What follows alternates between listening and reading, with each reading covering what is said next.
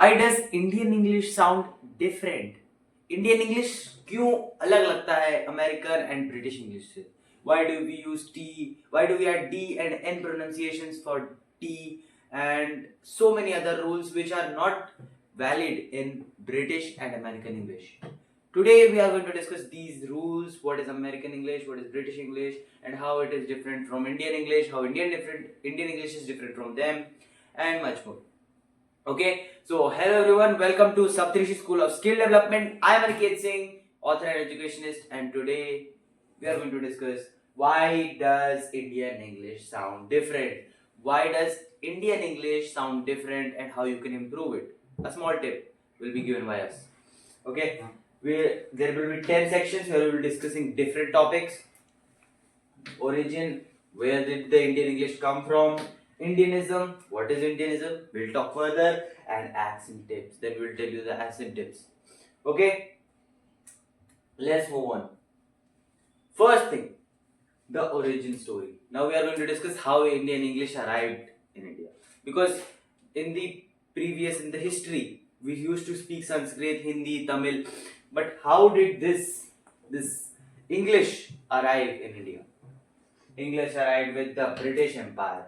So, as we almost everyone knows that English language arrived from the British Empire. Okay, so English language is from the Britishers. It came with the Britishers. It was not already Indian. Indian English developed during British colonial rule, 17th to 20th century. Indians learned English mainly through books and formal schooling. Indian learns from English through books and formal schooling. Not everyday spoken conversation with native speakers. This created a very formal, bookish style of English. So we started to learn the bookish style of English, not the accent, not the friendly one. Example: where is the nearest stationery shop? Where is the nearest stationery shop? Indian English preserved many formal old British expressions that even modern British people no longer use today. So Indian English has it has preserved so many accents, so many thoughts, so many formal old British expressions that modern British English also does not have. Okay? Now tips. India has the world's second largest English speaking population, over 125 million. 125 million people speak English in India, which is the second largest population. Many so called Indian expressions are actually preserved colonial era British phrases. So, the so called Indian phrases which we use in English, which we think that it is Indian, are preserved from the British colonial rule. Okay, so they are British phrases which we use, but they are vanished other than Indian accents. Okay, Indian English is one of the oldest surviving varieties of English in the world. Indian English is the oldest surviving varieties. Okay, so it is really old. Now, section 2, mother tongue influence. What is the mother tongue influence? Our native languages shape every word we speak. Our native languages, Hindi, Tamil, English, Telugu, whatever, it shapes the words we speak in English. Meaning, when we speak English, our brain borrows sound patterns from our mother tongue. So our sound patterns arrive from our mother tongues. Hindi, Bengali, Tamil, Telugu, Marathi, etc. And 20 other languages. So this is called L1 interference. L1 interference, okay? So when your language affects the English accents, it's called L1 interference, and it affects our pronunciation, rhythm, and stress patterns deeply. So Marathis have different stress pattern in English. If they speak in English, they'll sound different. The north part will sound different. The south part will sound different, and much more. Okay, so every state, every language, every mother tongue has a different accent, a different rhythm, a different stress. Okay, example: वो very nice person है. Okay, the V and W confusion is extremely common because Hindi does not distinguish between these two sounds at all. Okay, tips: Tamil Malayalam speakers often add vowels after consonants. Vowels after consonants. School becomes is school. School becomes is school. So Tamil and Malayalam speakers often add vowels after consonants. Vowels after consonants is cool. Hindi speakers often swap V and W. We swap V and W. Village sounds like village, village, village, and vice versa. Okay, so we change the V with W. Village, village. Okay. Bengali speakers often replace TH with D. TH with D. This sounds like this. That sounds like that. So this is not their problem, it is because of their mother tongue. If your mother tongue is Hindi, you will sound different, Bengali, you will sound different, Marathi, you will sound different, Tamil, you will sound different, and so vice versa. Okay? So if you are having a different mother tongue, you will sound different in English. Because we all have a different stress pattern, a different stress placement, a different rhythm. So you will always sound different from the other speakers. Okay? Then stress and rhythm. Now we are going to talk about the stress and rhythm. Why is it different? We give equal weight to every syllable. That is what is their problem is. We are giving equal weight to every syllable in the sentence. For example, I want to go to the market. Native stress. I want to go to the market. That's all. Versus I want to go to the market. Indian. I want to go to the market. Okay? But I want to go to the market. A statement will always go low at the ending. Okay? Let's read the meaning first. Native English speakers use sentence stress. They emphasize certain words and reduce others. So emphasize certain words and reduce the others, creating a musical up and down rhythm. Okay? So English speakers stress on the main words, the words which you need to listen, not the words which are unnecessary to the this that they are unnecessary. And okay, is that they're going to if I want, go. These are the and market. These are the three words main in the sentence. So native English speakers give stress on the main words. बाकी के words कम कर देते हैं, low pitch पे बोलते हैं. So native English speakers use sentence stress, they emphasize certain words and reduce others, creating a musical up and down rhythm. Indian English speakers tend to give equal weight to every syllable, making speech sound flat or staccato to foreign listeners. Okay, so foreign listeners would listen it as a blank and very bad sentence, a blank sentence, wouldn't enjoy it. Now tips. Stress the most important word in each sentence. I love cricket versus I love cricket. Okay. English content words. Nouns, verbs, adjectives get stress. Get stress. English content words. What are English content words? Parts of speech. Noun, verbs, adjectives, verbs get stress. Small words like the, to are reduced. Okay. Practice with news anchors. Practice with news anchors. The news, English news anchors. Notice which words they emphasize and which they glide over quickly. So you need to focus, you need to observe them.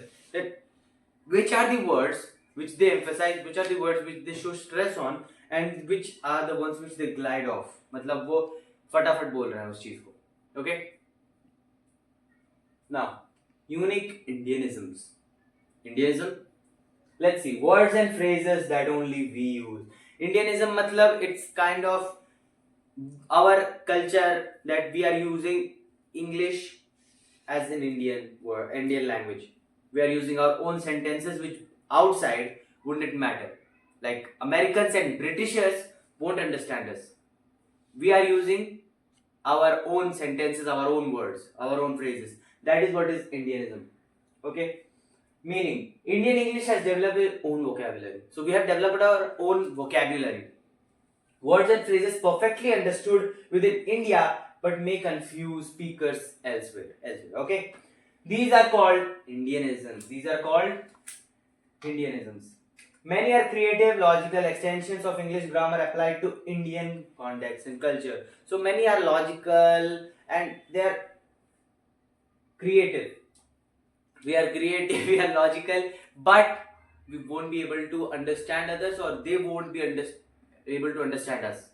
Okay, because they have a different sentence and we have a different sentence, right? So English is a little different for Indians. Example: do the needful.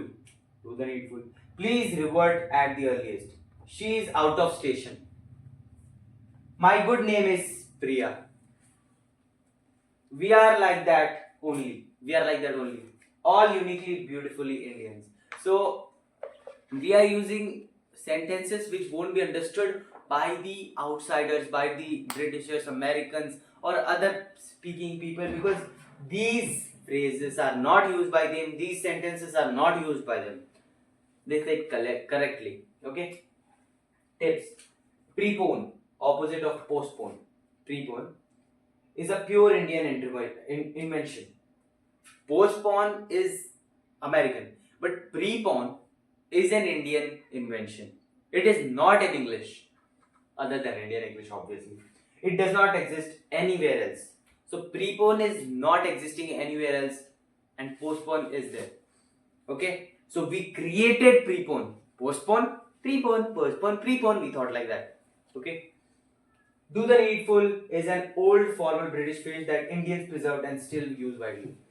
Do the needful. This is not available. If you go to Indian dictionary, then you will find this. Do the needful. But if you go to the British dictionaries, American dictionaries, if you learn from them, if you understand them, you won't find these phrases. Do the needful. This is not used by them anymore. The British rule time, the colonial rule, they were using do the needful and other kind of phrases which we preserved and we are using, right? So Indian English is different. Out of station means out of town, a very specifically Indian English expression. Okay, so we use this specifically. Out of station means out of town. Okay, everyone has used this in schools, in colleges, in wherever you are. Out of station, he's out of station, she's out of station, right? Okay, let's move on. Retroflex sounds. Now, what are retroflex sounds? A tongue curls back, literally. So, what does this mean when we speak Hindi in Indian languages? Then a tongue turns back, touches the upper part. Indian languages like Hindi, Tamil, and Marathi have retroflex consonants. Retroflex. Sounds made by curling the tongue backward to touch the roof of the mouth, like that. Indians carry this habit into English, giving T, D, N sounds. So that's the only reason we use D and N sounds for T in English. T का जो sound है हम D और N बना के use करते हैं. क्यों? क्योंकि we have that accent. We are habituated to curl our tongues backward and then speak. So we brought that nature into English, and that's why a T in English sounds D and N in Indian language, Indian English.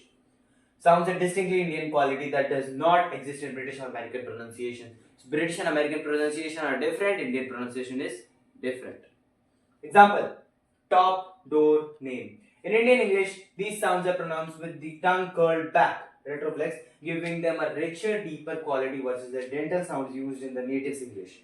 So it has had a deeper meaning. We give a deeper sound, deeper meaning other than the dental sounds used in native English. Okay? Top, door, name, tips. Retroflex sounds are not wrong. They are not wrong, okay? Don't worry. They are a recognized feature of Indian English phonology.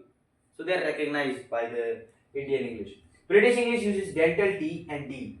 Tongue touches the back of the upper teeth, not the roof.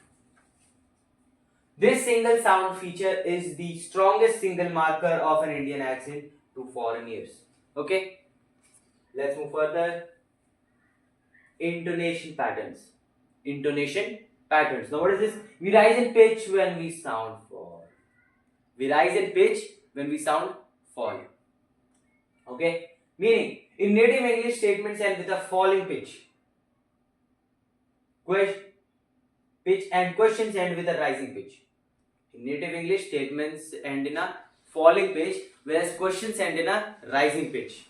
Now, Indian English speakers influenced by Hindi and other Indian languages often end statements with a rising intonation. which can make them sound uncertain or like they are asking a question. So statements sound like question in English, in Indian English. But the basic rule is in British English or in English you can say the statements end in falling intonation and these questions end in rising intonation, rising pitch. Okay. Example, I am going to the market. Now let me read it with speed. I am going to the market. Okay. Indian sounds like a question versus I am going to the market. Native, clear, confident statement. Same words, completely different feeling. I am going to the market. I am going to the market. Saw the difference. Okay. Tips. Practice ending your statements with a downward pitch. Statements with downward pitch. Let your voice fall at the full stop. Fall your voice at the full stop. Your voice should fall down at the full stop. Record yourself speaking and listen back. Speak, then listen yourself. Speak, then listen yourself. Okay. You will immediately notice unexpected pitch raises. Watch English news anchors and podcasts. They are excellent models for intonation practice. Now, tense usage. Now, what is tense usage? We overuse the present continuous tense. We overuse the present continuous tense is going, are, running, and etc. We overuse them. Meaning, one of the most distinctive features of Indian English is the overuse of present continuous tense, ing form for actions that native speakers express with the simple present. So native speakers, when they tell the sentence, they use the simple present, but the same sentence is communicated by us in present continuous tense. This pattern comes directly from how Indian languages express ongoing states and habitual actions. So ongoing states and habitual actions are expressed in present continuous, which is wrong. Now, example, I am having a car. I am having a car. She is knowing the answer. She is knowing the answer. I am understanding now. I am understanding now. In standard English, I have a car. She knows the answer. I understand now. State verbs do not use ing. Okay, clear? Tips. Stative verbs.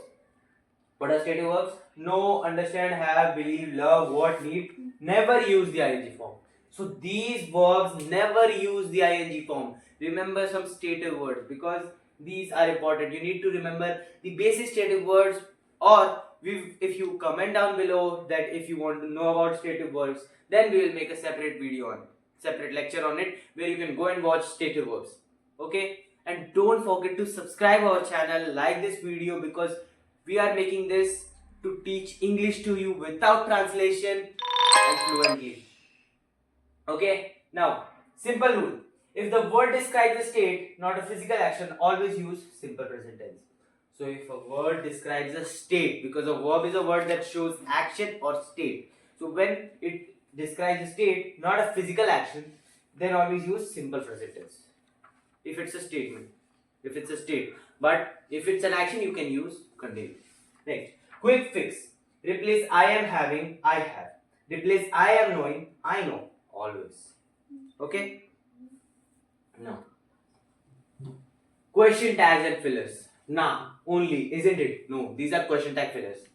Meaning, Indian English uses distinctive question tags and filler words deeply influenced by Indian languages. These are used at the end of sentences and serve important social and conversational functions. Signaling agreement, seeking confirmation, or adding emphasis to a statement. Example, you are coming? No. This is good, isn't it? We should go, na? He is very smart, only. The tags no, na, and only at sentence end are unmistakably, wonderfully Indian. So these tags are Indian accent, Indian tags. American and British don't use this, but we use no, na, isn't it, only at the end of the sentence. Why? Because these are fillers. We want to sound continuous. Now tips. Na comes directly from Hindi. It is confirmation seeking tag. Na means right. So you can use right other than na. Then only used for emphasis. She did it only. Mirrors the Hindi emphatic Particle high. High. That Hindi one, high. High. That one. Not the English high. High. So only. Standard English question tags must match the verb. You are coming. Aren't you? Aren't you? Okay. Now, last second tip. Is Indian English valid? Is Indian English valid? Can we speak Indian English? Is it right? Yes. Yes. It is an officially recognized dialect. So we can speak English. It is an officially recognized English language, English accent. Meaning, Indian English, also called Inde. Ind, E, capital E means English. So IND, Indian, E means English. So Indian English is officially recognized by linguists and dictionaries as a fully legitimate variety of world English. The Oxford Dictionary includes hundreds of Indian English words. So there are hundreds of different Indian English words that is added by the Oxford University, Oxford Dictionary. Indian English is not broken English, it is fully evolved dialect with its own consistent rules, vocabulary and grammar. So it's not wrong, but it has its own vocabulary, own grammar rules and own consistent rules. Example, bungalow, jungle, shampoo, pajamas, thug, avatar, guru, karm, yog, loot, pandit, vandana, all Indian origin words. These are all Indian and much more. Now, in the Oxford English Dictionary used globally every single day. These are used by others also. These are recognized by the recognized by the Oxford English Dictionary. Now tips. The Oxford English Dictionary contains over 900 words of Indian origin and growing. So there are so many English words in Oxford Dictionary. बहुत सारे words हैं, more than 900 words and still growing. Indian English is formally studied in university across the UK, US, Canada and Australia. So Indian English is also studied in UK, USA, Canada, Australia and much more countries. Confidence in your English is always the very first step to speaking it more fluently. So if you want to sound more fluent, just show confidence. Okay, nothing matters other than that. If you're confident, it's all. It's enough. You are not speaking wrong. Indian English is not wrong. But if you show a little confidence in it, remove some of the rules, then you can become a more fluent English speaker. You'll sound more fluent. Last thing, 3 quick improvement tips. Now we are going to give you 3 quick improvement tips. Sound more fluent without losing your identity. Meaning, you don't need to abandon your Indian accent. Don't abandon it. To communicate clearly and confidently in English. A few targeted improvements in stress, intonation and word choice can dramatically increase how clearly you are understood without erasing your identity, culture or heritage. So you don't need to forget your Indian accent. You can just have some improvements in it, like the intonations, the stress and the word choice. No, don't use these. Then you can preserve your culture, your heritage, your accent and sound fluent in English. Okay. Example, the goal is not to sound British or American. The goal is to be understood clearly. So you don't need to sound British or American. We are not Britishers or we are not Americans. We are Indians. We should sound like Indians. But we should be understood clearly, speak confidently and express precisely. So the goal is not to sound British or American. The goal is to be understood clearly, speak confidently and express yourself precisely in your own beautiful voice. Saptarishi School. Okay. Tips. Tip 1. Stress. Emphasize the key word in every sentence. Let the other words flow naturally. So you need to emphasize the key words in the sentence and let the others flow naturally. Second, intonation. Drop your pitch at the end of statements. Rise only for the real questions. So if it's a question, rise the real question. Whole sentence is a question, then you can rise your pitch. When it's in statement, you can lower your pitch at the ending of the sentence. Tip 3. State verbs. Remove ing from know, have, understand, believe, love, want, need and much more. So you need to remove the ing from these words. These are stative verbs. And when you remove this, you will sound more clear, more confident, more fluent, more with no grammar errors. Okay, so this was all about why does Indian English sound different. You have understood why does Indian English sound different. If you have watched the video till here, thank you, and please share this video with your friends if you want to tell them that Indian English is a type of English, is the origin of English, and where did it come from. You can tell it to your friends, you can communicate with them, you can tell that Indian English is recognized all over the world. It is studied by Britishers and Americans, Australians.